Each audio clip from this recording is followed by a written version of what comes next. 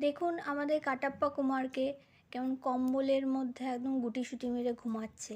এই রকম করে বাবু প্রায় 12 থেকে 15 ঘন্টা এইভাবেই ঘুমিয়ে থাকে। শীতকাল পড়ার সঙ্গে সঙ্গে কম্বলই হয়ে গেছে বাবুর সম্বল। কম্বলের তলা থেকে বাবুর আর ওঠার নাম নেই। যতই ওকে খোঁচাখুচি করো, যাই করো, সে কম্বল ছেড়ে আর উঠবে না। এখন সে কম্বলকে সম্বল করে মাঝে মাঝে খাবার সময়ও ডাকলে পরে আসতে চায় না, সে ঘুমাবে। খাওয়া দাওয়া যাক যাহার নামে, সে ঘুমিয়ে আগে বড়লোক হয়ে যাবে।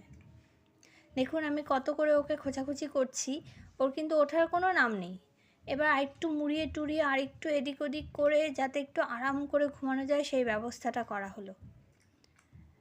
শীতকালে ওনাকে কম্বল থেকে সরানো যাবে না, কম্বল হচ্ছে ওনার সম্বল হয়ে গেছে এখন।